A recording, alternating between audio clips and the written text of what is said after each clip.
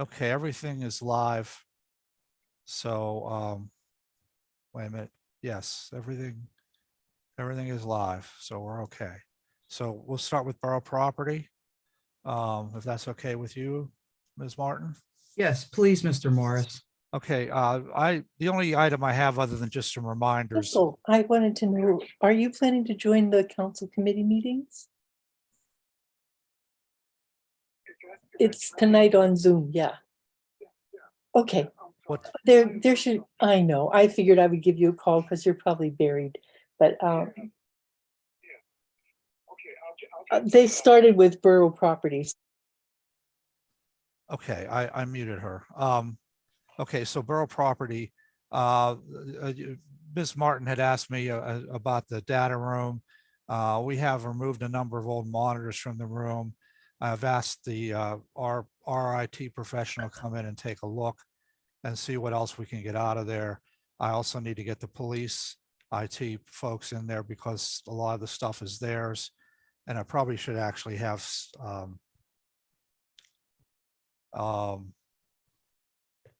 SSA come in too, because some of the stuff is probably theirs as well.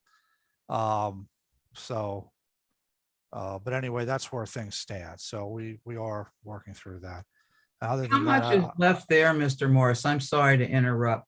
well, most of the stuff that's in there is stuff that you know, that the IT folks wanted to have around, to have available.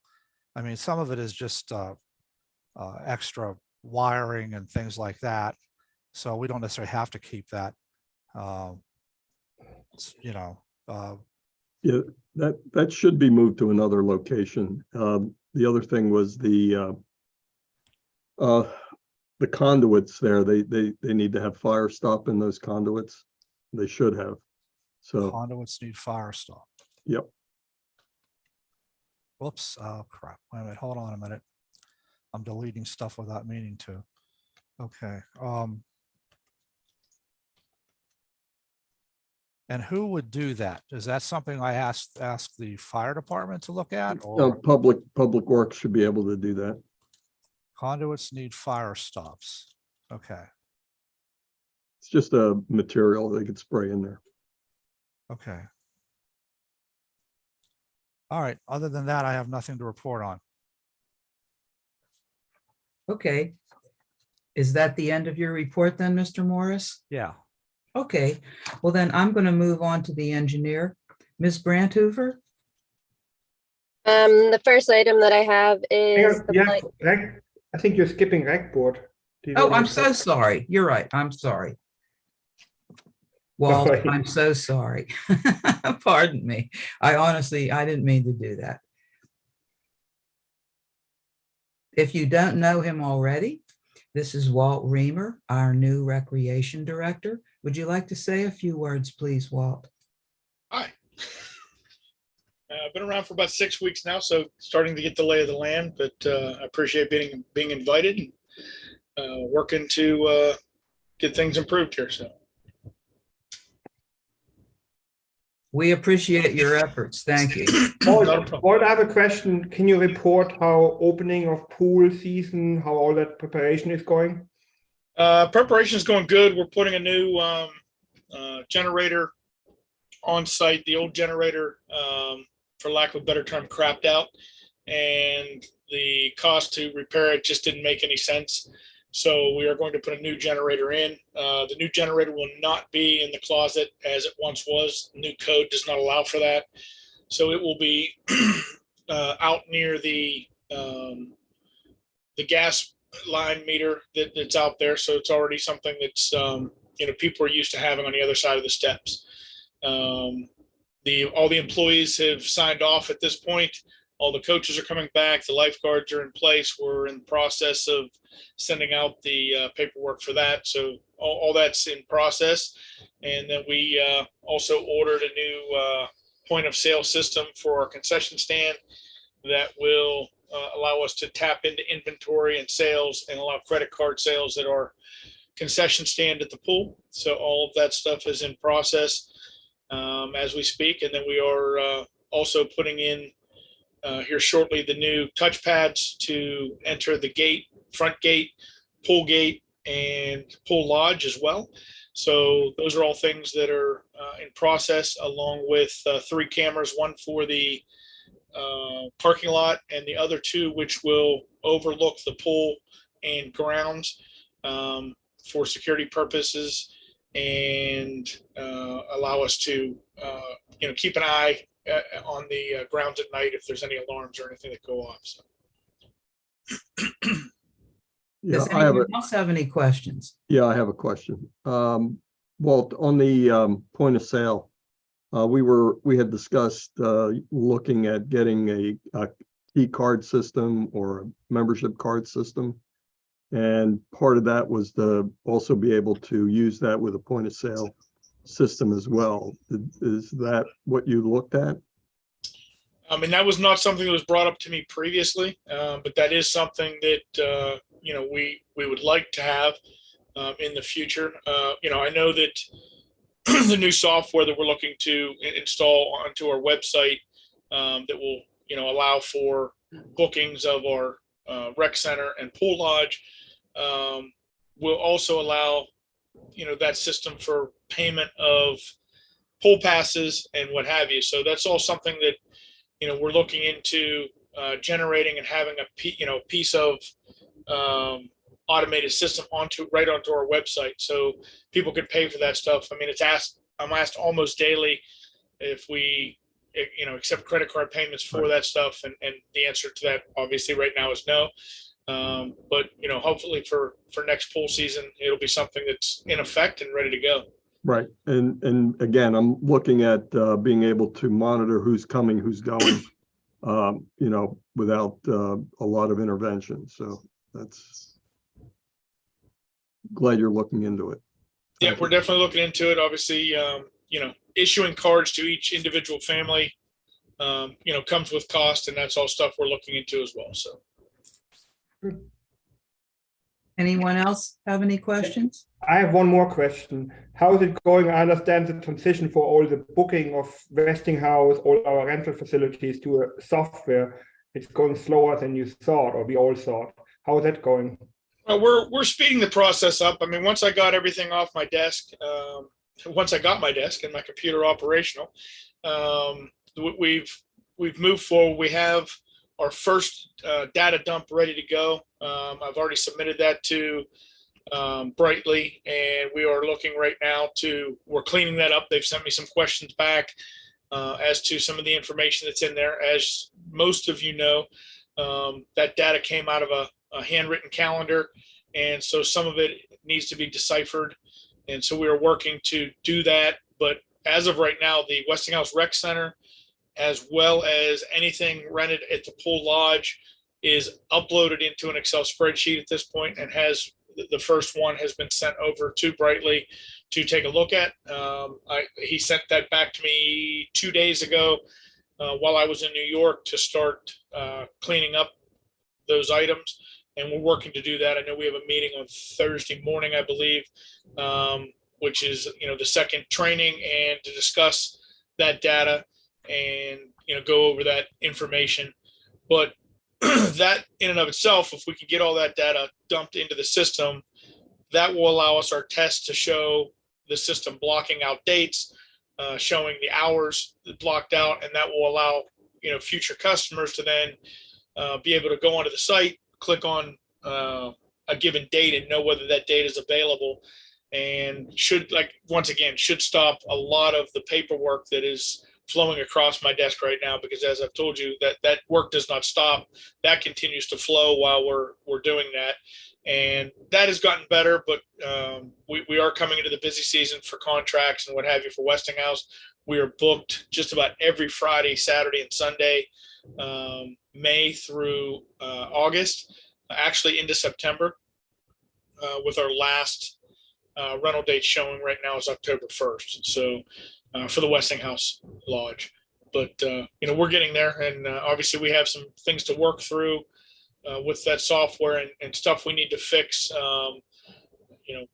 Barb and Angelo have worked quite a bit with me to try to clean up some of the stuff we have, but obviously council's going to need to get involved with price issues and stuff, is to make things easier to price out for the common customer that's clicking in. But that's all stuff we're working on and well aware that those were going to be issues going in. Thanks. Anyone else? Thank you, Mr. Reamer. Okay, Laura. Actually, sorry about, I have one more thing, Yeah. part of that. You said only one more last time. You're done. I know, but it's not a question for you, actually. Okay. And Bob told me that you had yesterday a rec board meeting and there was some contentions, like one rec board member brought up the issue again that we're not hiring lifeguards without lifeguard certification. And to nip it in the bud, I actually had a call with Steve Corbell and Bob, and Steve will write a letter to the rec board member. He will copy you, Steve Morris, Bob, and Barry Layton, the rec board president, just to pretty much nip it in the bud. I just want to keep council in the loop that we're going to do that. But, we had last year, we had the same issue, and I don't know, somehow this parent or rec board member doesn't get the message. So I'm going to do that. Steve will write a letter. That's it. Now I'm really done. Laura, I promise I won't let anyone get in your way this time. My turn now. Thank you. The first item that I have is for the blight remediation grant.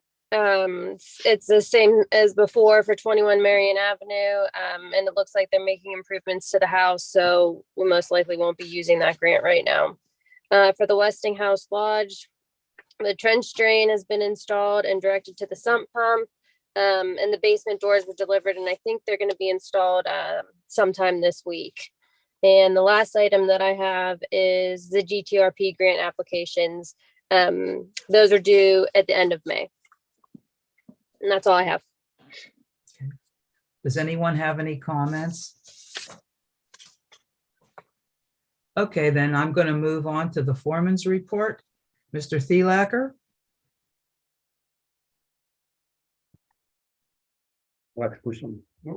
Hi, yeah, the only two things I have are the pool benches. I think we've got a couple of them done up there in the locker room up there. And they look, I know Walt saw it, he liked it. And the other thing is, the second thing is the fence repair update. They came in today and fixed the two fences behind the Westinghouse Lodge. We still have to fix the baseball field fence that got knocked over before by the trees. We had another tree fall with this last storm that damaged some more fence. So I'm gonna, if it's okay with you folks, we're just gonna get this contractor who was the lowest price out of the other two to give us a price, and we're gonna get him to fix that other spot. Well, I gotta get the tree off of there first. My problem is we can't get any equipment across that field yet, other than a riding tractor right now, because it's been so wet, especially over in that corner. We can make it over to the baseball field bathrooms, but that's it. So it's going to be a little bit before we get that baseball fence fixed up there. Anybody have any questions?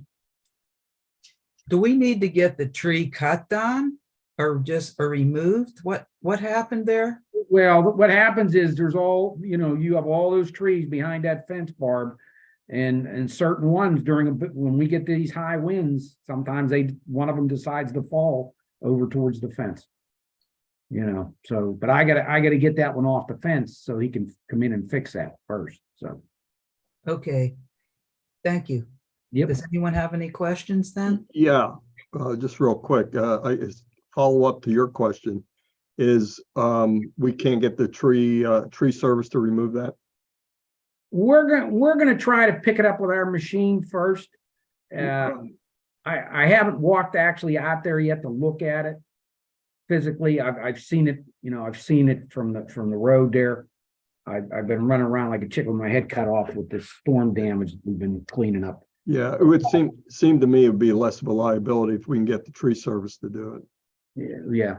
But a couple times we've been able to pick it up with our machine, and then just cut it and thing. But let me, if you want, I mean, I can just bring the tree service in. I'm just trying to save you folks some money here. I mean, that's what I think. It's up to everybody else, but seems like that would be the best way to do it.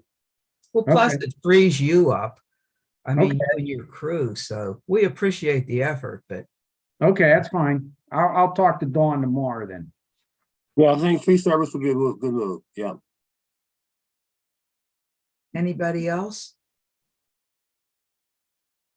Nope. Okay, Jimmy, then. I have something. Mr. Thielacker, do you think that you're trying to save the borough some money? Do you think that that's the way we've been working in the borough for the past 50 years? Do you think that a tree service is necessary, or do you think the guys can handle it? I got to take a better look at it and see. I can do that tomorrow. I mean, I'll do whatever you folks want me to do. It doesn't matter. You know. I want you to choose the safest way, Jimmy. Okay, yeah, and oh yeah. I mean, if we don't have the equipment or it's too dangerous for us, believe me, we don't tackle it. You know, we don't do it. Don't do that, Jimmy. Yeah. So, okay, I'll take a look at it with Dawn tomorrow and we'll make a decision. Okay. Okay. Thank you. Yep. Anybody else? Okay, under the committee business report, along with what Mr. Reamer started to mention, Angelo and I have been working to get information for the back end of our new software system for the rentals. And what we've tried to do, if you were able to take a look, the full recreation fee section has been included on the agenda. And as you can see, specifically for the lodges, it's really, I don't want to say convoluted, but it's pretty busy. We would like to streamline that. And why we did that is, we did some investigation beforehand on what were the most popular times for rental, what were the number of people, and we'd like to propose some fee changes based on that, that simplifies the system overall. And I have the Westinghouse Lodge flyer here, but we were still working on it. Thank you, Mr. Bioki, for your work on this. And if this is something we would like to explore, I wanted to throw it at the council to see what your thoughts were on that. Mr. President? I just want to make sure, are you talking about next year? I don't think you want Yes. to change anything. Yeah. Yeah. And then I like the idea of making it simpler, but also I heard we have kind of gray area policies on who's getting freebies rentals. You know, I think initially we had like only Forest Hills organization, like our swim team, maybe Boy Scouts, Democratic or Republican committee, if there would be one. But I think that needs to be cleared up too, maybe as part of that, who gets freebies and who not. And that maybe, you know, like, for example, we have that big PA municipal conference. In my mind, they should at least pay for cleaning, for example. You know? So I wonder if you should look into that too. Yeah, we are looking at that. I'm sorry, Barb, to jump in there. Jump but right in. yeah, those are some of the things that we're trying to address, and we need to streamline it, because if this is going online, we can't have a complicated fee structure. Yeah. It wouldn't work very well. So we haven't shared that with Walt yet, but in the next few days we'll put something out. Right, for next year. That's good. Yes, it's for next Yeah. year. Yeah, I was Mr. just gonna Marco? verify, it is for next budget season, because we already adopted a fee resolution for this year's budget, so we can't change the fee structure without another resolution. Correct, yeah. Thank you for the reminder. Mhm. Anybody else? Mr. Reamer? Just to touch base on that, right now, like the contracts are out for most of the summer at this point. I mean, we have contracts that are in place. Pricing has already been discussed for the Westinghouse Lodge. To be honest, there's very few dates left that are going to be big contracts for us for the Westinghouse Lodge. The pool is starting now to fill up due to grad parties and pool parties now starting to fill in. But, I had a discussion today and looking at the pricing, and I'll just use this as an example so that, when we look at this pricing, we look at it both from a perspective of ease as well as financial. But, in the example today that I got, I have a pool party that's looking, this is in mid-July, so we'd be dealing with a 4-hour birthday party at the pool lodge, as well as rental of the pool facility. And if you look at the pricing and price it out for 40 people, I'm going off the top of my head here because, as you said, we won't call it convoluted, but without it sitting in front of me, I believe it's $305 is the price. And when you factor in the fact that we've got 40 people, so Allegheny County basically states that I have to have 2 lifeguards on staff for that party for 4 hours each. That's 8 hours at an average of $15 an hour for each lifeguard. And then we have to bring Kelly in to clean the facility that night at a cost, or open the facility and then close the facility and clean it at a cost of $70. By the time you factor in those things, we're basically walking away with $100, $105, and that doesn't take into account electric, gas, any utilities that are going on at the pool. So those are things that we need to sort of look into and determine for next year's pricing, obviously, how we're going to address those shortfalls. If the goal of council is to break even on these things, then that's great. But, I personally, from a business standpoint, have always gone into, we want to be cost effective and try to make money on these items without, getting rich and taking advantage of the public. We want to offer all these things at a fair rate so that we can continue to offer them for the next 30, 40 years. Mr. President. I totally agree what you just said, or both of you said, and I think it was probably long overdue that we cleaned that all up. And I like what you said. You don't want to make get rich out of it, but we don't want to break even either. It should be somewhere in the middle. I like that. Okay. We'll be presenting something to council later. I'm sorry, Mr. Lawrence? Yeah, I just want to follow up. I think it's important, Walt got thank you for those ideas. I think it's important that we don't get too in the weeds in these kind of meetings, because that can lead us to start making decisions without really understanding things. So I think that kind of detail stuff can be handled offline with in another situation. Thanks. Okay, anyone else? Okay, well, that ends borough property. Thank you, everyone. Okay, I guess we can move to Public Works in just a second. Let me find that on my computer, if you don't mind. And there we go. So, Mr. Watkins, we can start Public Works if you'd like. And I really don't have a report since I didn't get my information in here in time. So. All right.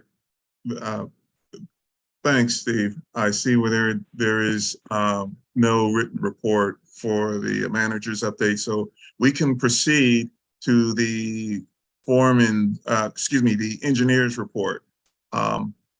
If the engineer has anything to go over at this time, this would be the place to speak up. Or do you want to just enter the engineer's report as attached in the agenda? I can go through my report. All right. The first item that I have is for the MS4 detention pond. We've been in contact with Dragon Contracting this week. He's actually planning to get started soon, hopefully. For the Ashley Court to Ardmore sanitary sewer, we're waiting to hear back on the small water and sewer grant. For the Watt Lane head wall project, we opened bids on March 22nd at 11 a.m. I attached the bid tabulations to my report, and they were also emailed out last week. I'm recommending awarding to the lowest responsible bidder, which is Creative Enterprise, for $44,750. The next item that I have is for the 2023 street paving. Again, bids were opened on March 22nd at 11 a.m. and my bid tabulations are in the report. I'm recommending awarding to El Grande as the lowest responsible bidder. And in my report, I put together a list, but obviously I have that's up to you something guys. Yeah, I have something to comment on that. Thank you for that list. But I would like to point out that Service Road number 3, when initially we started looking at this road, it's so long, so it was broken up into 2 parts. And this is Avenue F to Avenue L. So if we would do a half a length of that, we would really only be doing a quarter of the road. So my suggestion would be to leave Service Road number 3 where it's at and remove Roxbury and Paris. Now, I believe that's 313,000. Mr. Morris, would we still be okay for budget with that? Oh, it'd be closer. We only have about 310, I think. I Yeah, have we to- have 310 in the budget. Is that what it is? I didn't have it up in front of me right away. Yeah, if I could throw my 2 cents in, I would consider not doing Fillmore Road and do the Service Road. Oh, no. I looked at Paris Wrong on there. No, I'm sorry. and I don't know what you're seeing with Fillmore Road, but there are far more roads that are worse than Fillmore Road. And Paris is already on the list as removed. Right. Just so you know. Well, then, are you suggesting doing the entire road, Mr. Bioki, beyond? No, I'm saying do Service Road from F to L. I see, okay.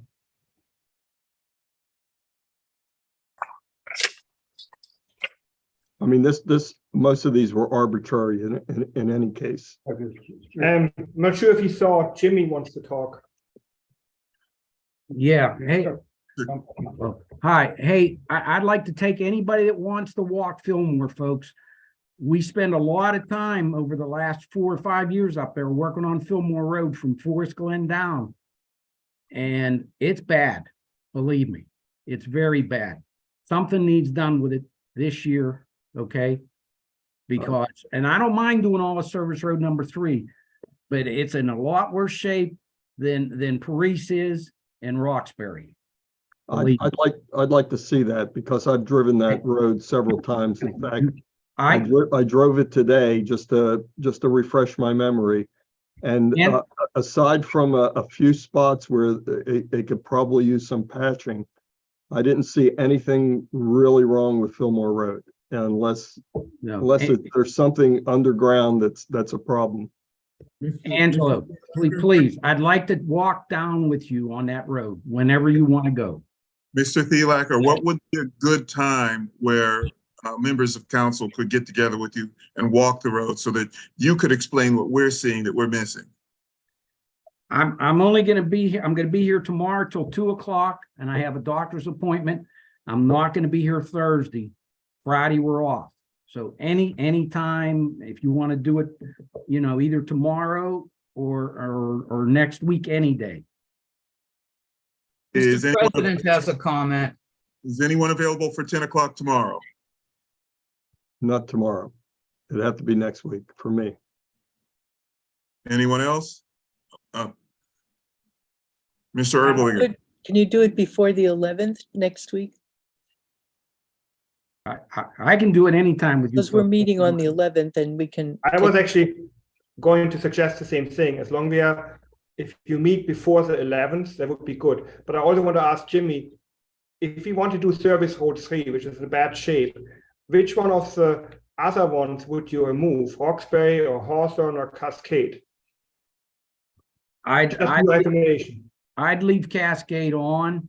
Okay, that's from Braddock up to where the water company paid, that's in real bad shape also. We spend a lot of time there every year patching. Okay. So, I mean, you know, Roxbury and Paris, you know, what the reason Glenn did what they did on Service Road number 3, that we're picking up the worst of that alleyway over there. Okay. But the rest of it could wait till next year. And I'll be glad we can look at that at the same time next week, whenever you want to go out. Okay, folks? But Next week, the only day we'd have would be the 10th, Monday, the 10th, and that's cutting it close. But it doesn't matter if you have a tour before the committee meeting on the 11th. That's all you need. You know, that more people have some insights. I strongly suggest we leave Service Road 3 on the entire road. I mean, I'm fine with Fillmore, but I would look to take Roxbury off. I'm going to again ask the question, is anybody available on the 10th or the 11th? So that Mr. Thielacker can explain to us what we are not seeing it. I could do I'm the 10th or available 11th. both days, just I'm depends on available. what time. All right, I'm available on 10th or 11th. Mhm. what, 10 o'clock? 10 or 11, 10th or 11th, yeah, whatever time. I'd rather do it 11 o'clock if that's Yeah. possible. Yeah, 11 will work good with me too. Okay, 11 o'clock on the 10th or the 11th. Do we have a vote? Let's do it Monday. Monday? Can't do it Monday. Okay, Monday the 10th, 11 o'clock. Yeah, Monday's fine. good. All right, And then you put the same discussion back on Cow on the 11th. Right? Okay, do you folks, where do you want to meet at? Or we at the ball bit or Public Works down there, since it's all there. Maybe Okay, Public Works garage. that's fine. Whoever Okay. is interested should show up. all right. So 11 o'clock on the 10th at the Public Works Building. Thank you. Thank you. Or I is keep there- going. Yes, The next item I have is for the Avenue D sewer. We've submitted it to a couple companies through the CoStars program, and we're waiting to get numbers back from them. And then the last item that I have is the Forest Hills Road Drainage Project. Again, the bids were opened on March 22nd at 11, and the bid tabulations are attached. And I'm recommending awarding to the lowest bidder, which was El Grande again for $186,700. And I have a question on that road. Mhm. We had a discussion on several occasions about how to maintain the brick road there without destroying that look. And it seems that somehow or other we went forward with doing this project again, where it sounds like we're taking out sidewalks and doing all sorts of things, where it probably just needs to have a gutter put in and fix the drainage there, because they have the different kind of stormwater drain there. Can you explain why we're doing this? For this particular project, I'm not sure about removing the brick. I can go back and see what other options that we have, but right now, this is the best option that we can suggest to get the water flowing away from where it's at now and causing any more problems. If you want to, again, we can go look at it, talk about different options. We can take Joe Dursa over there. He goes through a lot of the projects with Jim. It's up to you guys. Ms. Brandt Hoover, I had a question, please. I know when we first heard about this, there was a resident that their yard was getting, I guess, water would wash down and be flooded out. Would this take care of that and there wouldn't be that problem anymore? Yes. Thank Can you. I, You're on. Hi, can I say something? yes, yes, please. Okay. It for the majority, she's right. It's gonna take care of the problem.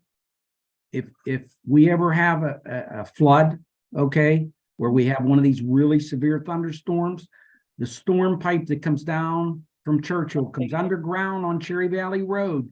When it gets full, and the other pipe, which is down by Bright Park, they intersect down there. It won't let that pipe let any more water in off of Cherry Valley because it's up to the top. So what's going to happen is the water's going to overflow and come roaring down Cherry Valley. It doesn't happen a lot, but that's when you're getting some of your water into those residents' yards, and naturally some of it goes down. There's a couple driveways that go down, and that's when they get flooded. It doesn't happen very often, but it does. So, you do this project and you could, it may be 10, 15 years before it happens again, but it may happen again. Because I've seen it happen probably since I've been here, probably about 6, 8 times. Yeah, it happened a few was, we years had ago. 4 inches in 1 hour, like it was not last year, but 2018. And that did flood out really badly. And people had, they're replacing carpets and taking things out. The water was coming out of the sewers, like up straight. Yeah, I'm not suggesting not to do it. I'm suggesting how we do it. Mhm. Yeah, it's actually my point. Like, I thought we agreed with the residents, they wanted to preserve the red brick portion of the road. And I thought we agreed we don't touch the red brick part, but fix the sides with drainage and asphalt and whatever, but keep the main part of the road, the driveway where the cars drive on, red brick, rather than doing the entire width of the road. Yeah, we weren't, when I was up there with Joe, and we were leaving the middle in, I think I could be wrong, 12 foot of brick or 14 down the middle, but each side was going to be saw cut in a straight line. Oh, I get it. I just make it look misunderstood. nice and straight. I thought you were going to asphalt the entire width. Okay, I got it. That's No, what we agreed. To no, keep we're the main part of the brick there and then fix the sides. Okay. right. But Well- but the one thing is we were planning on taking away the sidewalk to get the road wider up Mhm. there. I know you folks are, because, and the curb and gutter are really bad. But if you don't want to widen the road anymore, then you could not do the sidewalks and just do your curb and gutter and saw cut the brick in a nice straight line. And, that's up to you folks, whatever you Yeah, want to do. I mean, there's parts of that you could remove the curb and the gutter, and because there's a little strip of grass that runs along the sidewalk. But to take out the sidewalk for no reason. No, I good think we reason, agreed to take out the little grass strip. It's like a foot Yeah. or so. because that road is already 16 feet Yes. wide to begin with. And Woodside Road is just slightly under 16 feet. So you're not gaining much. If we went And we- around widening every road, we'd have a And lot. I think we agreed to do something for that lady on a wheelchair living there, that she can park there, cut Right. the curb or whatever we have to do. Yeah, I would, again, I hate to be contrary tonight, but if we do that for that person, we're gonna go around doing that for everybody that has that kind of a situation. So I think we better be careful. I mean, we have to What cut the we're curb or promising. something. Yes, but I mean, we have to do something to get her safely in and out of the house. Well, yeah, I'm just saying there are other people that have handicap situations that may want us to do the same thing for them.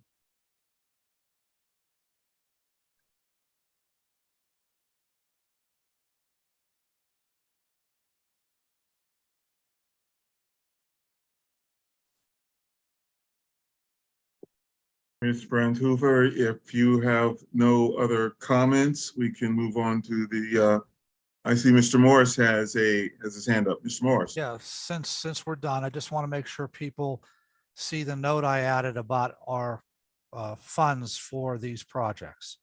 I'm not saying you can't do them, but I wanted to make sure you were aware of where the money would come from for Avenue D sewer, which is in the budget, but was only budgeted for 50,000 originally. And the the fact that Forest Hills Road was not included in the corrective action budget. And the Watline head wall, rather, we are uncertain what that will be, of course, until we, I'm sorry, no, we're not uncertain about that. We have 44,000, never mind. We are certain about that, I'm sorry. We did budget 100,000 for that, so there is some extra money there. But I just wanted to mention that it's possible, depending on how the unknown comes in, that you may have to touch the corrective action reserve fund. Just depends. And again, I'm not saying you shouldn't do any of these. I'm not saying you can't find the money. I just want to make sure you see where the money's coming from. So if you have any questions, let me know. Otherwise, that's all I have. Thank you, Mr. Morris. So, Yes. Yes, Mr. Marco. yeah, the Avenue D sewer is quite a bit higher than we budgeted. And I don't know why that estimate is so far off, but I do want to, make sure we can cover that out of the corrective action reserve before we commit to doing that in that way. I know this is something that we are constantly working on, so it's good if we can get it resolved, but it is quite a bit over what we'd budgeted. Well, again, that they didn't accept that number. I just put that Right. number in there to show you what had happened with the original bid. So I don't know what the, final will be, but Okay. All right. Any other questions? Any other discussion? Okay. Let's move on to the foreman's report. Mr. Thielacker, do you want to highlight anything in your report or just enter it as referenced in the agenda? Just, if anybody has any questions, please raise your hand. You see the jobs we're gonna do and the project's completed. The only thing I wanted to just mention to you, item number 2, somebody approached me from the Presbyterian Church. And if you come up Braddock Road and make a right-hand turn and start down Cascade Road, there's a guide rail there. And it's all broken. It's the old style. And they were just asking a request that maybe we could put this in the budget to have this replaced, because I guess they have, I'm pretty sure there's still, I think he said there's still a nursery school down there and the kids are out there playing. Plus the scouts are down there, I guess, one night a week. And I says, I would bring it up to you folks and that's Who all. owns the property, Mr. Thielacker? Oh, it's within our right of way there. That's our guide rail. Okay. Yeah. I wasn't sure because it listed the Presbyterian Church on the agenda, so I wasn't sure. Okay, yeah, no, and I don't know the exact right of way there, but I know we have trees, out further, and on the other side that are ours. So that guide rail's definitely ours. Yeah. Thank you. Okay, that's all I really have. If you want, I can try to get an estimate from somebody, Could you get an estimate, please? Sure. I have a couple other questions, please. Have we heard any updates on the rest of the equipment for the Avenue L playground? It all came in. I have it all. Yay. Okay. And Okay. when will that be fixed? I'm not gonna put my neck out yet because we're working on pickleball. We're gonna do the foundation for the clock. I know the clock isn't here yet. We got to start working on all the baseball fields. We're gonna be, we got to be working up at the pool. We're gonna do some spot caulking up there. I'm not sure whether we have to paint the pool yet. So it's right now, the playground, we removed the bad piece over at Avenue L. It is safe to still use, okay? Because we have to come in and remove the rest of that big piece there. The swing set's gonna stay. So I have to get these other projects done first, and then we'll start on Avenue L. But it depends. I mean, if we keep getting rain like we've been getting here, and we keep getting windstorms, we're cleaning up some trees and going around picking up all tree limbs all over. We pick up probably, I bet you 40 different roads. We go around and pick limbs up after one of these windstorms that come, because they're blowing off the burr of trees, I'm So- sure they had a lot of unexpected work time that you weren't figuring on. Right, Just right. wanted to add a little reminder. Are we still doing the concrete work by the Borough Building? That's on the list too. Yes, yes. And don't forget about the those planters along Ardmore Boulevard. We have, I think we were able to get 12 vaults so far, underground vaults that we needed. So that's another project. So I guess I may leave it up to you folks to tell me which project, after I do the certain things that I just told you, what you want done first. So maybe start thinking about that and we can talk about that next month. Okay, I would suggest we go back to the ones that have been from before, but we can talk about that later. Thank you. Okay. All right, the committee has nothing to report for committee business. If anyone is interested in looking at the documentation for the paving projects, that is at the end of the committee report for Public Works. I'm not going to read through that. Are there any other questions? And that's the end of the Public Works report. Thank you very much. Okay, I can move to public safety, Mr. Baoki, if you're ready. Yep. I have no reports, just so you know, so you can move on from me too, so. Okay, Chief Williams is on. Chief Williams. Thank you, Mr. Chairman. First off, I'd like to tell you, and I'm sure you've probably already noticed, that we have a little construction work on Ardmore again. They're still finishing up from last year. They're doing a lot of curbing, they're doing a lot of cleanups. So you'll see intermittent blockings of roadways for at least one lane on each side occasionally. Again, that hasn't been too bad. They are doing it during off hours, not during rush hours. So if nothing else, they're certainly slowing down traffic. So I guess it's not terrible. Secondly, I wanted to let you know that our officers are moving forward fairly rapidly. They're doing very well. They're making that transition from the departments they used to work in to ours, and we're very happy with that so far. And I expect that very soon they'll be out running on their own. They are in their own cars, vehicles, driving around, getting used to the area. They are answering calls with the other officer on duty or the other two officers on duty.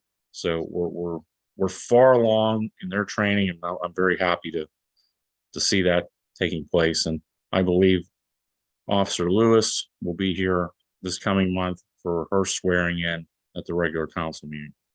That's all I have.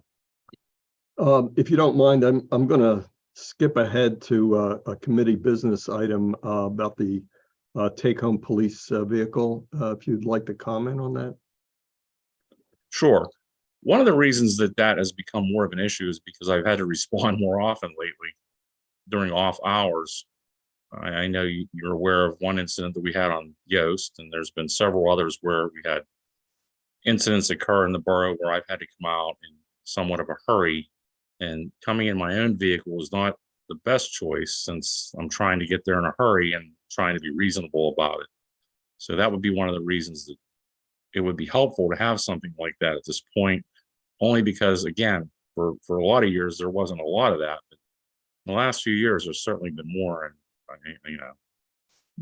I just think it's a sign of the times. We're just busier, and some of the things that carry over from other problems, let's say, that are going on that are causing these kind of issues for me to have to respond fairly quickly. Secondly, I know that some of the other local chiefs have already moved to take-home vehicles, some of the ones in our area. So I guess they've realized the problem as well. And I just wanted to make a request for that if you're open to it. Yeah, I know this is a common practice in most police departments around the country, and it does aid in improving response time. There are some downsides to it as well, but for the most part, it's a good program.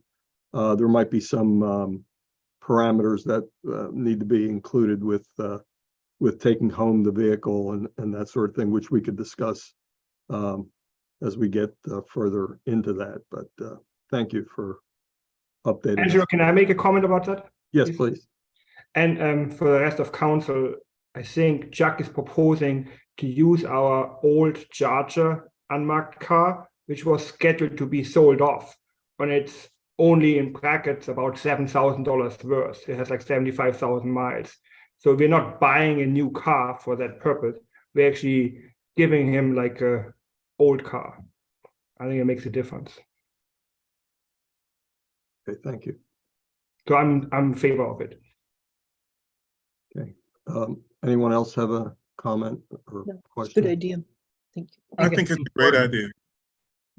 Okay, thank you.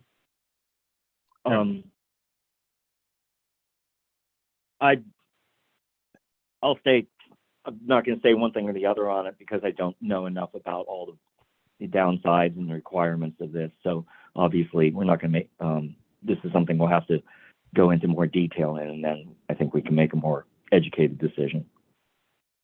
But on the face of it, seems to make sense. Okay. Anyone else? No. Chief Colella? Good evening, folks. How's everyone tonight? Sorry, I didn't get my reports up to you. We've been, like I said, last month, we're starting our transition to our new software, but I do have February and March done, and I'll get those up to the manager by the end of this week.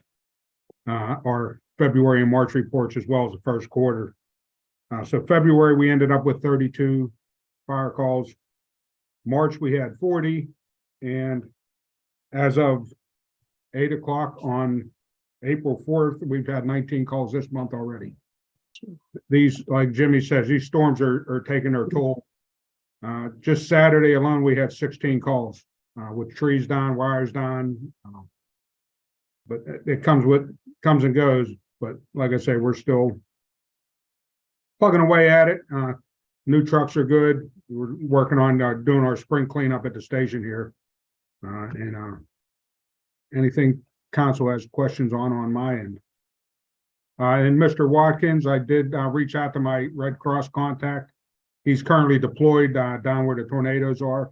But when he returns next month, we're going to sit down and discuss about the smoke detector program that the Red Cross does. And I'll be able to fill you in more on that next month when he comes back in time. I know Great. you requested that last week at the council meeting. So I did reach out, and we'll be discussing that further. That they'll be giving us smoke detectors, and we'll have them to install as needed.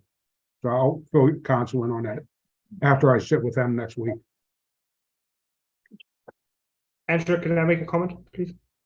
Yes, Mr. Erwin. I just would like to let everyone know Wilkins Township requested a meeting of Angelo and myself with them, and we're going to do it probably Monday next week. I honestly don't really know what they want to talk about. Probably something related with the Chalfont fire services we want to offer, but I don't know.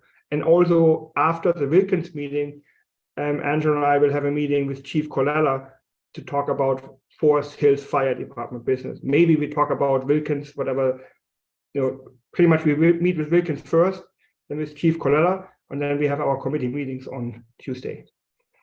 I believe it is related to fire. Yeah. Okay. Yes. I have, Feedback I'm hearing on that also. I wanted to let you know there has been quite a significant study through Connect on shared fire services. They have some guidelines and templates. If you wish to avail yourselves of that, I'll make sure you can get a hold of it. Tommy Thielacker was involved in the initial round of that study and actually chaired it and contributed some significant ideas to that. So I'm going to make sure you know that's there if we're looking in that direction. Secondly, Mr. Colella, you mentioned, I think last meeting, that you had some concerns about things that should be in our zoning ordinances related to battery locations and solar installations as a safety feature for fire calls. Could you give me a quick reminder of what those were? Could you send me a little note?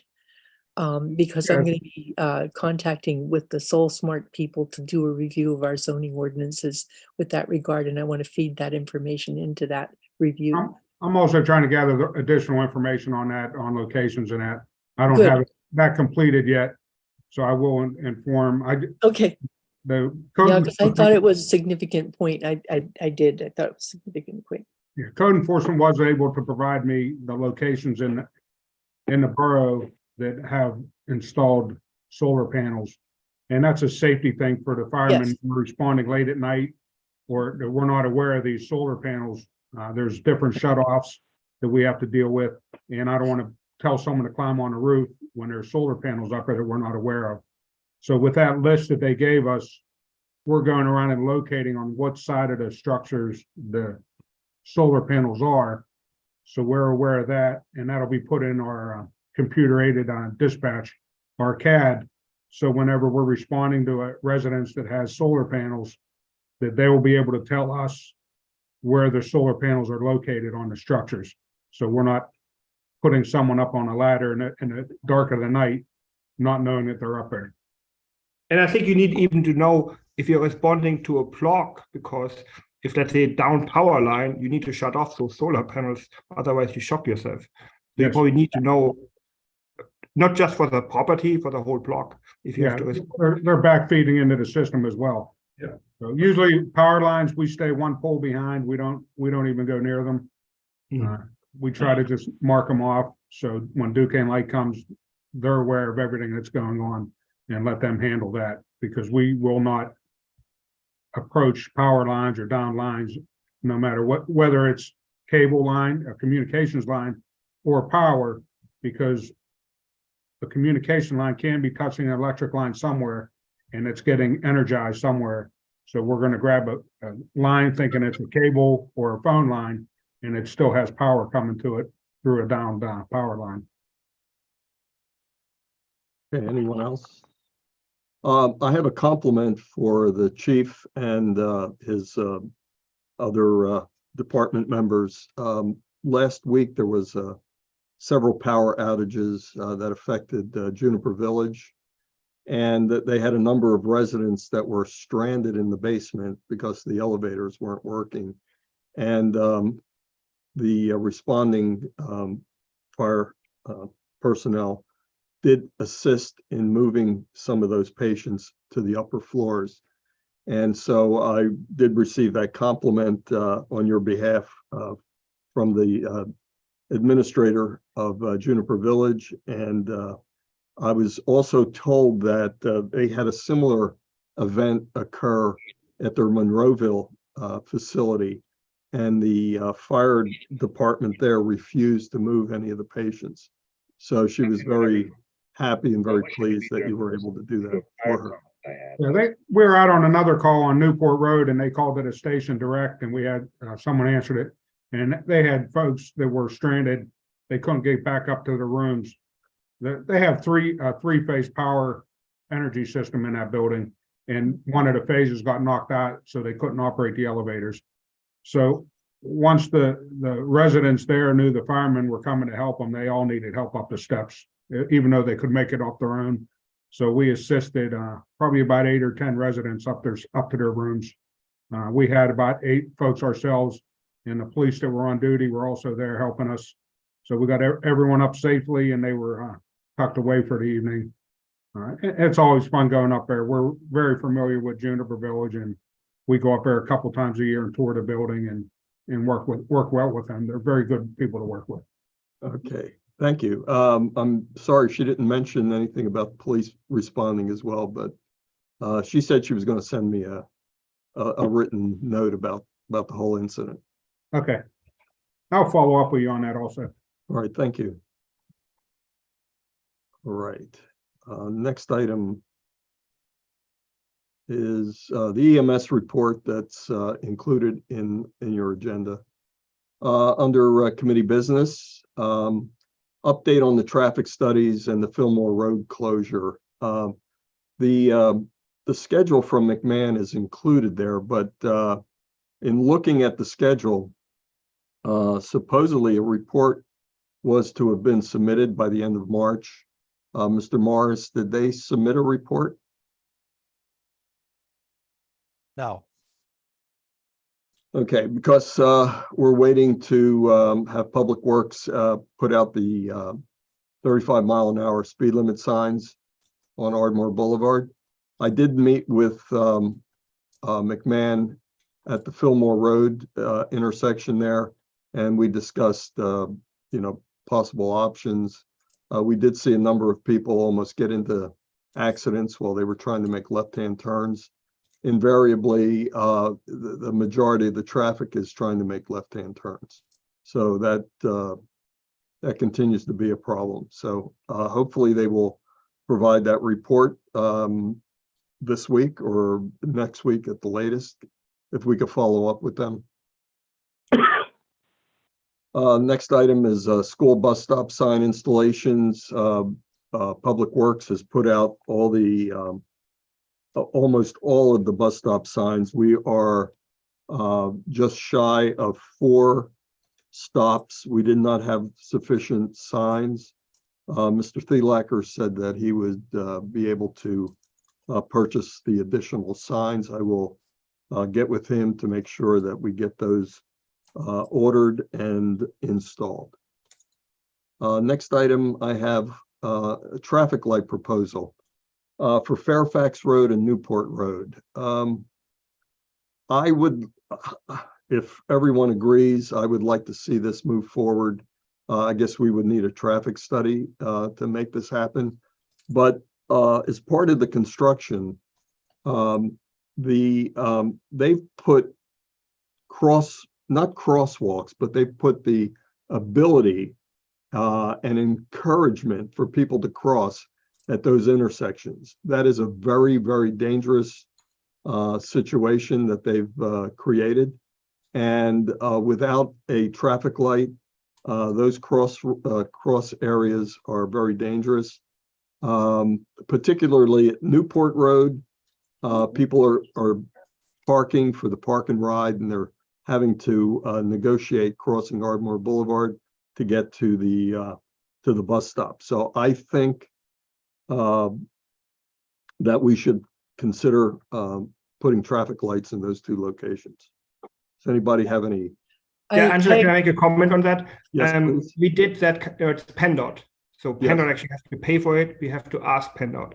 And I believe we did maybe 10 years ago, we asked exactly that question, also on Fillmore to have a light there. Yeah. And PennDOT declined it. I don't think it hurts to ask again, but I don't think there are high chance, because it's like $300,000 or so to install like an intersection like that. And PennDOT declined it. We can ask.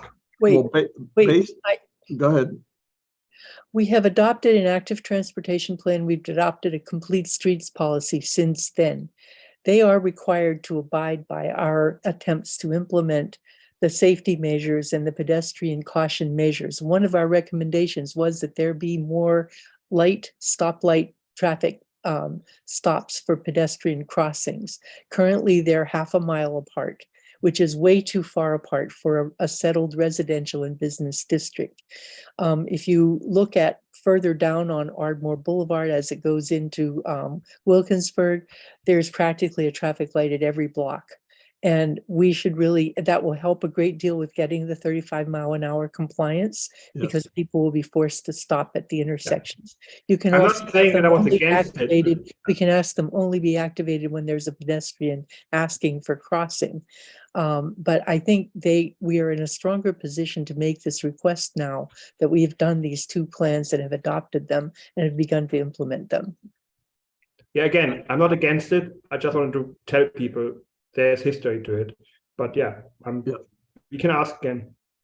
Thank you. I think also, I don't believe the cost is quite that high. I thought it was around for the control unit and at least one of those poles, because that came up in some other conversation. That's about $30,000. So at most, it could be $50,000 per traffic light for intersection or for that particular area. So it shouldn't be too costly.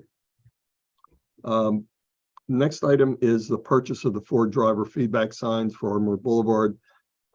We proposed that in the budget. It is in the budget. I'd like to go ahead with the purchase of those feedback signs. I'll get with Chief Williams so that we can agree on the type of sign that we're going to purchase. McMahon, again, is supposed to be in their report identifying the best locations for those signs. And there would be 2 eastbound and 2 westbound on Ardmore Boulevard. We've already discussed the take-home vehicle for the chief. Again, I'd like to move forward with that. We can get some more information. Hopefully I'll have some more information by our next meeting for the next week. So if there's any questions about any policies that we need to have in place, we could discuss it then, and hopefully we can have a vote on that for the council meeting. And the final thing is I'd like to establish an internal safety committee. And what I mean by that is that there would be a number of members, myself included, that could participate.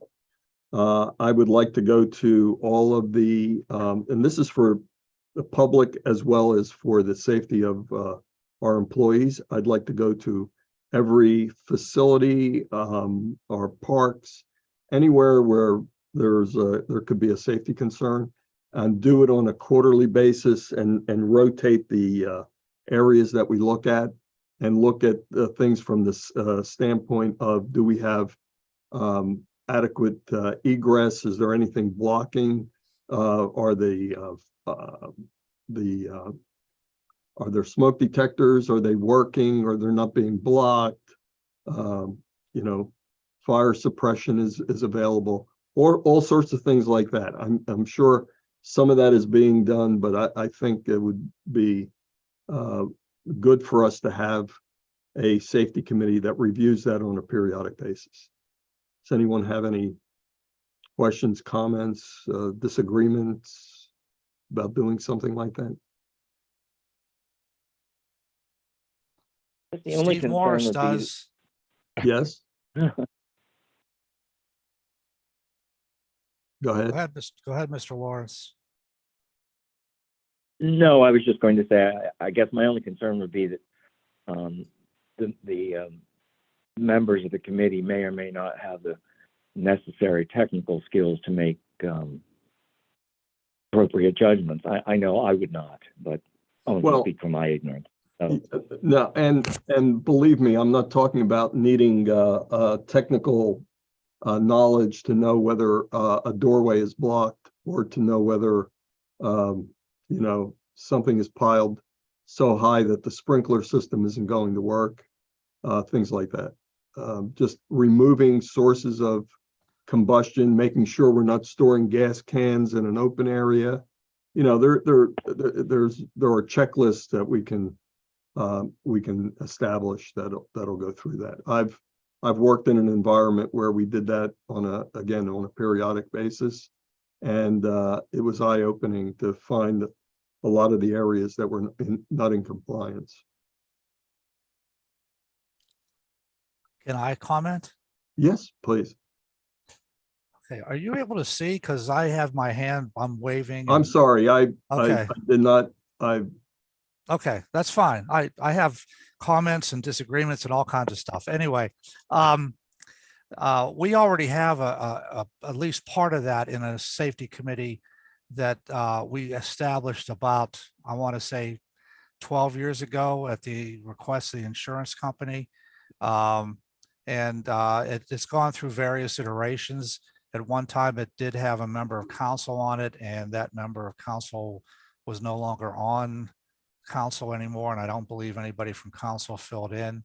But Allison Sarakowski is the chair of that committee now. I had been, and before that, somebody else had been, I can't remember.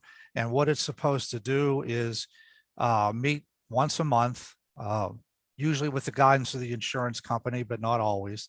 Also with the guidance of workers' comp, but not always. And they discuss with the employees who are on the committee issues that have come up, and whether there's any, for example, injuries that have occurred, people on workers' comp, what have you. Periodically, they go from go to a certain location. I forget where they just were. I think they were down the Public Works Garage, if I'm not mistaken, about a month ago. Looking at that, I know when I was on there, we've been to the pool, we've gone to the rec lodge, and we've reviewed, various locations throughout, looking for safety issues. So you might want to talk to Allison before you do anything new, since we already have some of that started. Okay, that's a good start. Thank you. And the reason I couldn't see you is because I have the agenda up in my face here, and that's why I didn't see you. So I apologize. Well, that's okay. It's probably better looking than me anyway, so not a Well, problem. I do enjoy the font, yes. And that's all I have, unless someone else has anything they'd like to add. If not, that concludes our report. Okay, I'm okay with starting ops and policy, Mr. Lawrence, if you're okay. Did we lose Mr. Lawrence? I think we did. So, Mr. Baoki, you're the vice chair. Oh, I my hope, goodness. hopefully he'll come back. I mean, you can keep the agenda in front of you, though. You don't need to look at me. Just scream if you have something to say here. Okay, I'm sorry. So manager's update. I have 3 items. The last one is just the usual reminders of outstanding issues. You can take a look at that on your own. Savvy Citizen, 2 things about Savvy Citizen. First, we have increased our followers again. So you can look at the numbers there that I have on the agenda. The second thing I discussed with our vice chair, Mr. Baoki, the fact that we probably should have some internal rules as to how we operate Savvy Citizen. We've had, for example, several organizations that are, oh, wait a minute, I think Mr. Lawrence is back. Mr. Lawrence, we're starting ops and policy, okay? Yeah, I'm back on. My Okay. line dropped for some reason. That's okay. We're starting off some policy. So I was just mentioning Savvy Citizen. I have numbers on there to show you. And then the other thing was I've talked with Mr. Baoki about having rules for Savvy Citizen. For example, we've had different organizations that are Forest Hills organizations that wanted to have something on Savvy Citizen now for something that was going to happen in July, or that would continuously give us updates or revise something that we've sent out. And it gets to be a bit of a problem, because if you recall, the manager is the one who's doing that, and the manager has other things he's doing. So I compiled a draft set of rules that are attached to your agenda. You can take a look at them now, and we can approve them in April, or you can take a look at them and we can hold off to the next month. But I did have Mr. Baoki review them as well, and make any changes or suggestions, and he did that. So I would like to have council approve them, because once anytime you do rules or something like that, council should always endorse them by motion, so that they're acceptable to other people. So, and Mr. Erbaldinger has his hand up. Yeah. Can we either, sorry, add our other social media stuff to it, or have a separate policy? I think, Andrew, maybe you're working on it. We had issues recently with a pool Facebook page. People were posting, not authorized posting and stuff like that. I wonder if we want to include any social media in the policy, or have 2 separate policies. I don't care either way. If you're asking me, I would suggest that, yeah, we could have a social media. We could incorporate that. I think at the moment, we have a problem with Facebook. The only place we're using Facebook is at the pool. No one now has administrator access to that website or to the Facebook page. And I have to get back to Facebook again and see if we can recover that. But we certainly should have something under social media. And we do use Twitter, not as much now as Savvy Citizen. I think we set up a policy on that years ago, but I'll have to double check my policy list. I I suggest we keep at this point, because it is very important to get the Savvy Citizen thing right. I would say for the time being, it can be a separate policy. If at some point, they are pretty much two different animals. So I think probably it's most sensible to keep them separate. But for the time being, let's get this done. I wouldn't mind taking a week to look at it myself and maybe even talk to Mr. Corbel about it. But maybe next Tuesday, we could come back to it. And if there's any additional things that maybe should be in there, we could agree with then and then get it approved this month. Does that work for everyone? Yep. Yes, and Mr. Corbel has a copy of this agenda, so he has the rules Okay. on there, so. Mr. Mayor Okay, has I'll- his hand up. Yes, sir. Oh, thank you. Anyone else? Yeah, a couple, I had my hand up, just a couple of questions. So I agree, we should be we should be doing everything to kind of make sure that Savvy Citizen is right and try to force as much adoption of that as possible as a means of communicating with our residents. I was wondering if council would entertain or at least maybe put it on topic for discussion at a future committee meeting about the use of some sort of like robocalling or calling feature to alert those of our constituents who still prefer to communicate by phone. I know that we kind of went away from the prior service because it was a little bit cost prohibitive. But I do think that we can communicate with some of these robo-dialing services that can be set up just via the internet with a quick message.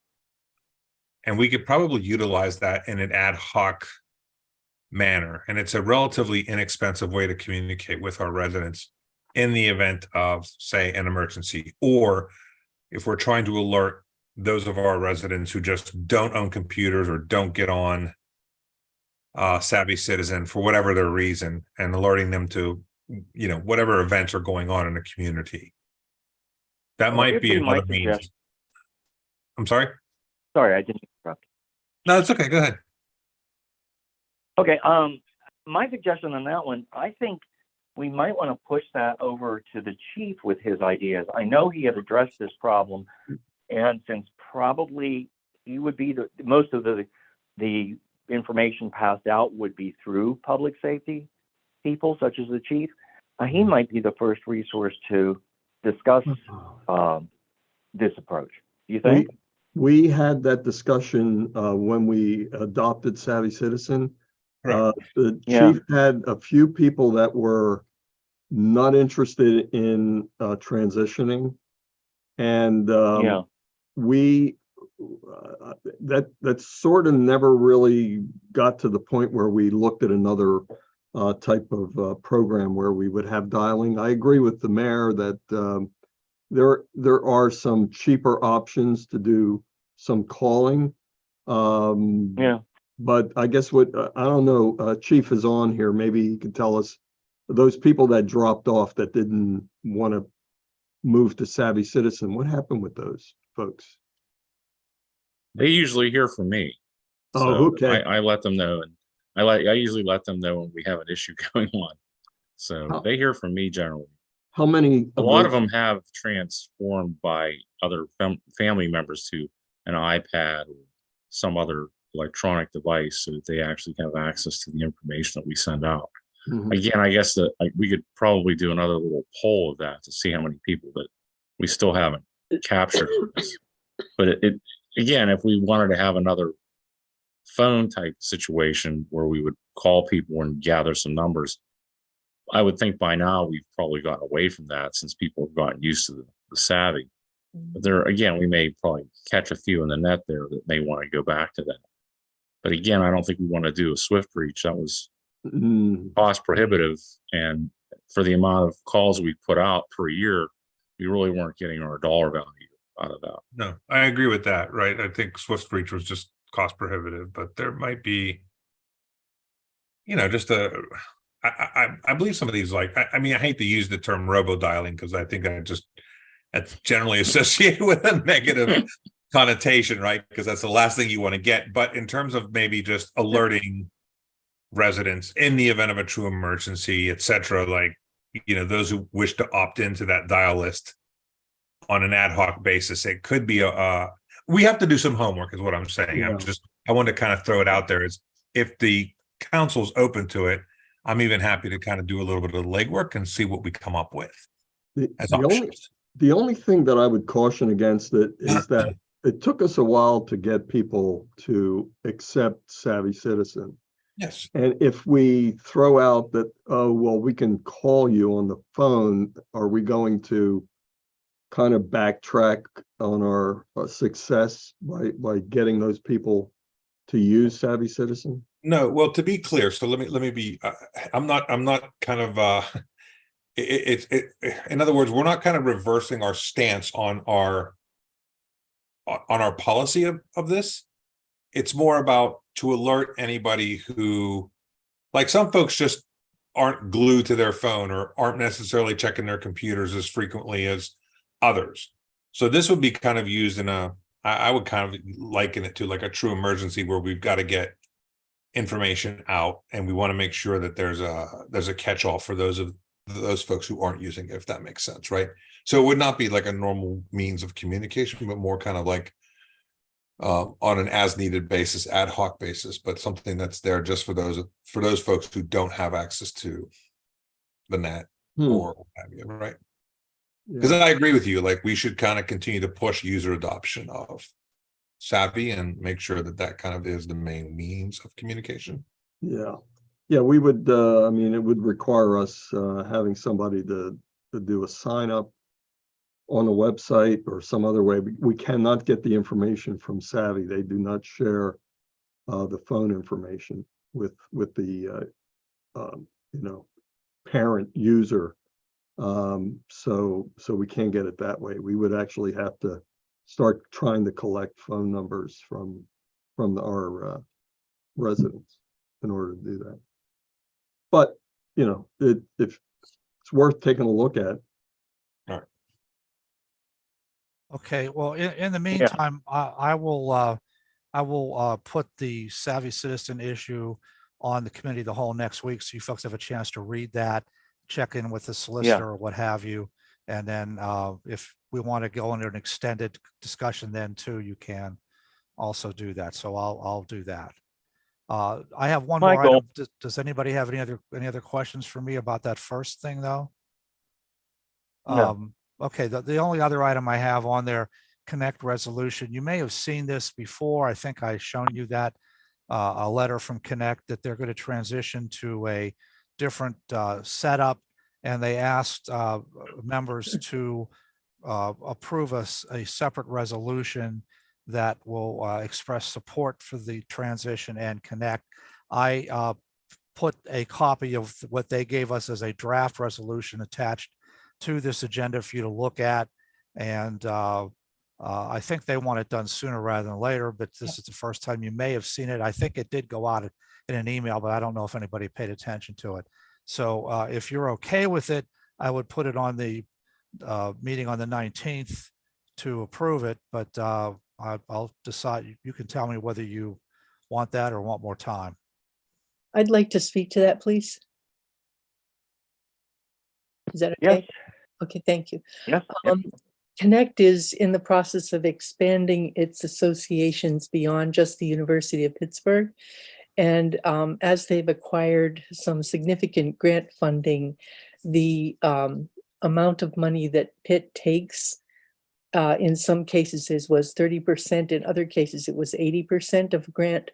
And that, basically was seen as not, because they're raising the money themselves and it still has to go to Pitt. And so they are looking at moving into a different location and having affiliations with more than one university for capstone students and so on. And they're using the Community Foundation of the Alleghenies as the fiduciary agent during this transition to their becoming a 501c3 of their own. So during this period, the check that we write will go to the Community Foundation of the Alleghenies instead of to the University of Pittsburgh. Also, they're asking that we affirm the people that are appointed to serve for Connect. And so far that has been Mr. Morris as the general manager, myself, and we can have a second council member because of the size of our community. We're entitled to have 2 elected officials. I would welcome someone joining me on Connect so that you have a smooth transition next year when I'm not here. They cover a number of things that we're heavily involved with, including the climate action plan, where they are doing the data updating and management for the Ikley project, which we had an intern for, if you recall. They are also working on the law enforcement assistant diversion, which we are one of the pilot communities for. And they're also working on the shared services agreement for fire, police, and public safety, which, as I said, Tommy Thielacker chaired that when he was on council. And that is continuing forward. So I would encourage any of you who are interested or have, interest at all. They don't have a lot of time commitment, but some of it is during daytime. They do have Zoom arrangements for meetings that are in the daytime, but I would strongly encourage at least one of you to become involved with Connect during the rest of this year. They are meeting in Forest Hills for the climate action team on this Thursday at 10. They will be meeting in the Forest Hills Borough, the climate action team, which is the utilities and infrastructure subcommittee. So that's my pitch. I encourage your involvement. So if you Okay, folks thank are, you. if you folks are okay with it, I'll put this resolution on the 19th. Any objection? No, not at all. Okay, that's all I have, Mr. Lawrence. Okay. Just to check that my phone's looking, you can hear me, right? Yes. Yes, yes. Okay, thanks. A little trouble here. Under the committee business report of 6 things here. Ms. Martin, do you have anything to add, or do you want this on here for the time being, or should we pull that until it becomes appropriate again? Well, I would just like to report that the Deer Management Subcommittee has had their 2nd meeting, and we continue Great. to follow the rules that the Pennsylvania State Game and Fish Commission have established. We've reached out to neighboring communities, and we've written articles for the Tree City Times for our educational component, and we're trying to move forward on helping our residents cope with our deer population. Thank you. Yeah, we are Okay.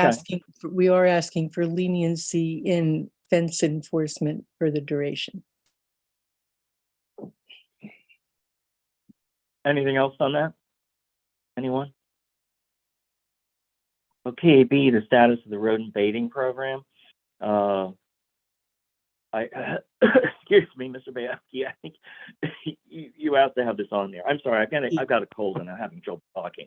Yes, this has come up because of some residents having a problem in their area with rats. They're being attracted either by the chicken coop or the chicken waste and or the construction that probably disturbed their nests. In any case, we used to have a rodent baiting program here. That was discontinued a number of years ago, I am told. We were fortunate enough to have Council Member DeWitt Walton in the audience when at the last meeting when some of the residents voiced their concerns. And he checked in to see if there was anything that Allegheny County was doing or wasn't doing. He got back to me and we had a discussion about it. As of right now, there is nothing that would prevent us from reestablishing our rodent baiting program if we wanted to. We would just need to have people certified to be able to go on someone's property to set the baits. We would have to have a waiver that the homeowner would have to sign, indemnifying us from any liability. That was discussed by Mr. Corbel. He saw no problem with that. I guess the question is, do we want to move forward with doing that? I'll make my first comment. I think we should. I strongly propose we do move forward with it. I'm sure Mr. Morris can remember that we did have this before, and there was one time when we had a pretty bad infestation in a whole area of the lower alphabet streets. And really a comprehensive effort like this was the only way to solve it. We had waivers, and I remember having a discussion with the residents in one of the meetings, and they were all willing to sign any necessary waiver to have us go ahead and do it. So my thought is we should go back to what we were doing, bring us back alive, and it's a good plan. Anyone else have any thoughts on it? Mr. Morris? The only thing I would say is you may have reluctance on the part of some employees who, don't want to be certified. I mean, I know the last person had some bad experiences with it and was the one who was told by the county of a lot of problems, and was also told apparently by the county, I don't know this for a fact, but was told that he could be held personally liable if something happens. So I don't know. I'm just throwing that out. I don't know if you have an issue with it or not, but Do we have Well, anyone certified for bait management at this time, Mr. Morris? no. It's Well, not actually, been I a common. I shouldn't say, as far as I know, I think it lapsed because we haven't done it for a while. I'm not 100% sure. I know they're certified for things like pesticide and stuff like that, but I don't know for sure.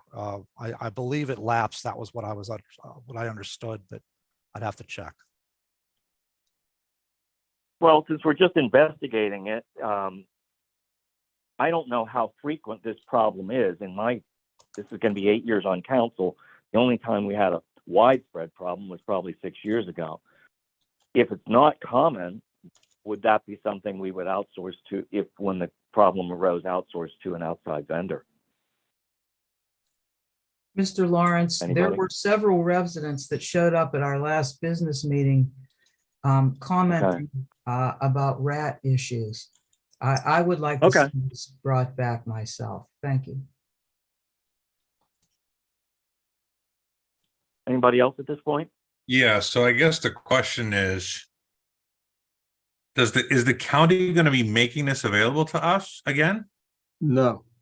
So we would have No. to just basically adopt our own program.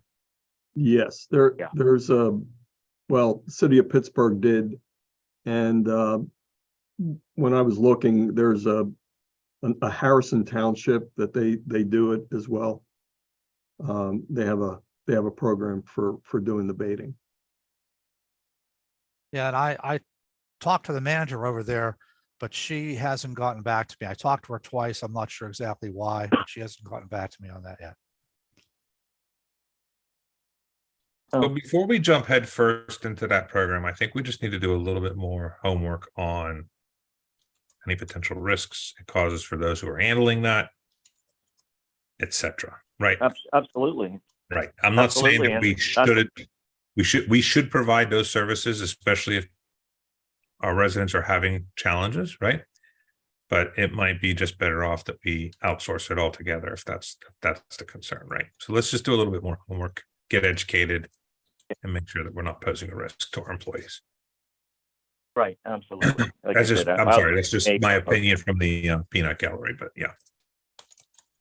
No, I agree, and that's why I suggested outsourcing as something to be considered, because that may make more sense given the liability and just the pain and the whatevers of having this done. Yep. Overall, though, I would like us to consider some approach to handling this. Agreed. Okay.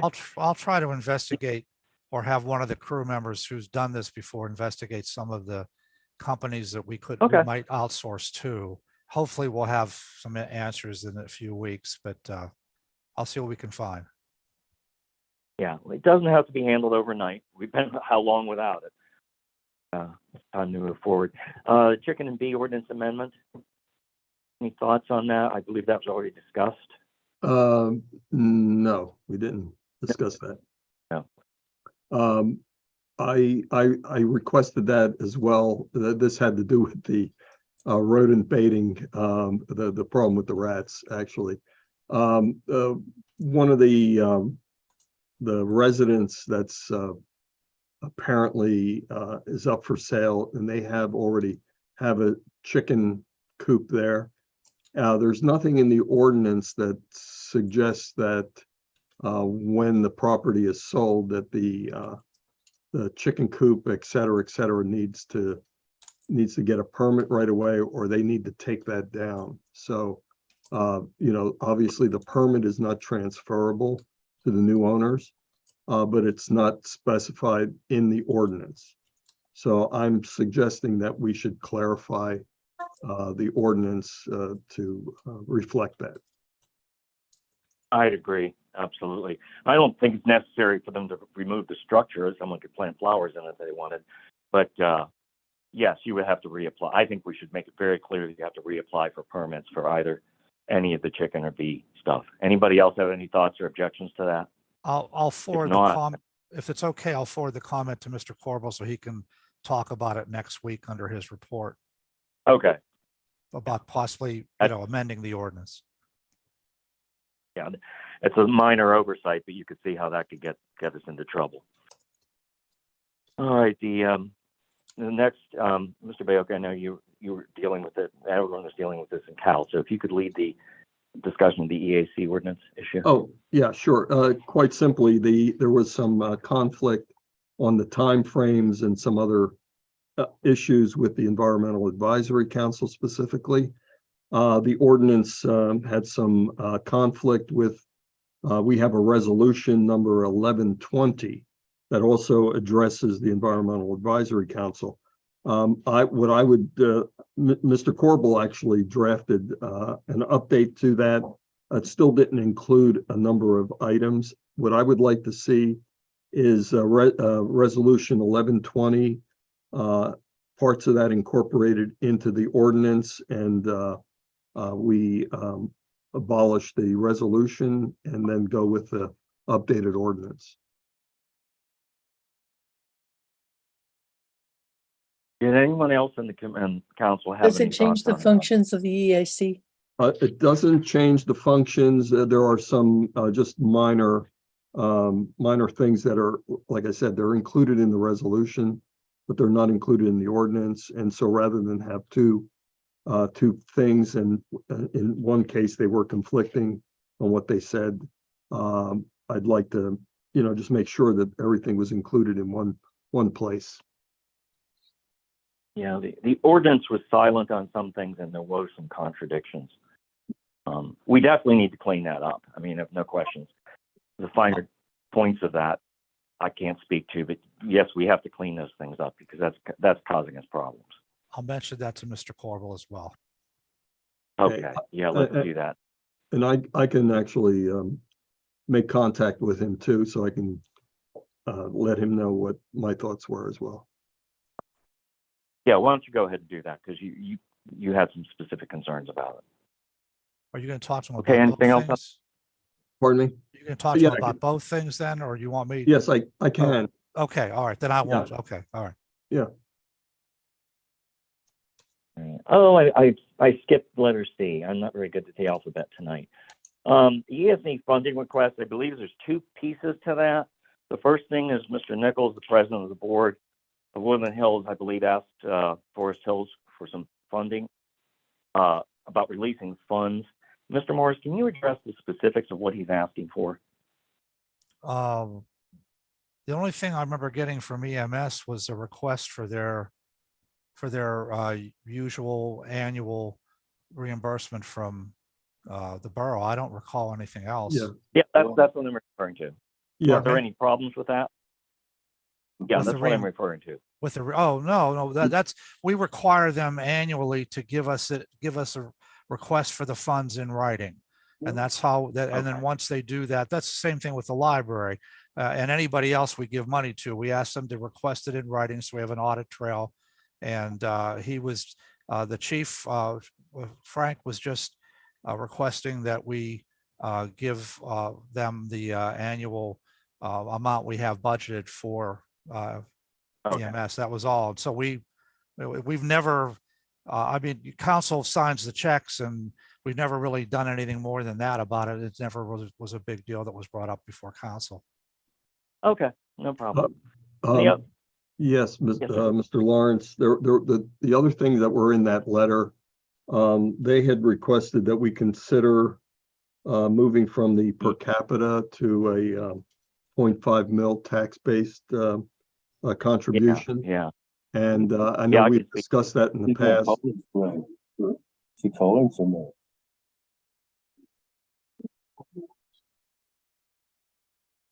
Lots of voices all of a sudden. What's going on? Yeah, I don't know. Were you able to hear what I said? Yeah, I can speak to that. It came up in the board of directors meeting, I think in August. I may have mentioned it to council. I'll mention it to you again. You can decide what you want to do. They are pressing and have been pressing for the past several years. As you know, a lot of their funding comes through this subscription plan that goes to each household. Their complaints about it are it doesn't sufficiently fund them, and it is not a reliable source of funding as it is variable from year to year. What they have asked, and I think they began this a couple of years ago, is requesting that every municipality add a half mil tax that would go to Woodland Hills and support them. The only municipality that has adopted that is Chalfont. Everyone else has balked at the idea. So I can just tell you that they are requesting that again. If anybody has any thoughts on that, we can push it forward or we can let it rest. Mr. Erbaldinger. I mean, we talked about it in the past and we always rejected it. When it would be like a huge pay, it's like $500,000 is like more than $150,000. I mean, right now we're paying, if I'm correct, $8,000. I mean, it's way more than we pay for our fire department. So I don't think we should even discuss it. I mean, we should keep it. And the key is we don't want to pay more than all our other municipalities are paying. I know Chalfont pays $500,000, but Churchill, per capita makes sense. So I'm against it. I don't even think we should discuss it any further. Anyone else? No, but there was one more piece to their letter, and they requested that we support them in their subscription drive, which is ongoing right now. And I believe they would like us to put something on the website. That's fine. Yeah. Don't have any objections to that. So Anyone? if Mr. Morris approves, I can get I something do. up there. Yeah, I'm fine. I think we did it. We've done it in the past, I believe. Yes. Yeah. It's not for nothing to discuss now, but as being a member of the board, I do think their subscription plan, the way they market it and handle it is suboptimal, but that's not something to discuss here. I don't hear anything else on this proposed $500,000 tax, so I'm going to assume that we don't want to discuss this any further. I do not think it's a good idea. Anyone else? And we'll just move on. Okay, what's left then? Earth Day waiver. Yes, Mr. Corbel did draft a document that we would request people doing volunteer cleanup who come and get supplies and everything from the borough on the morning of Earth Day. We would ask them to sign a waiver to limit our liability and anything that would happen to them while they're going through cleaning up. Where are we with that? Leave the documents there. Everyone can look at it. Yeah, I think we looked at it several times. I just haven't voted on doing it, and we need to at least have it voted on before the Earth Day ceremony. So we have our next council will be meeting before that same week. So if we can get it approved, that would be good. Do we actually need, Mr. Morris, do we actually need a council vote for something like this? I would say you should, yes. Okay. All right. Unless we have any thoughts, let's put it up for a vote. Excuse me. Okay, I'll have it on the agenda. And look here. I believe, is there anything else anyone on the council or the committee would like to bring up at this point? Okay, everyone's getting tired, so I think that ends our committee tonight, and that ends our discussion tonight. Thank you. Bye, Okay. everyone. But we'll be on April 11th, the next meeting. I'll have something out, I hope, at least by that morning. Good night, everybody. Okay. Good night. Good night. Good night.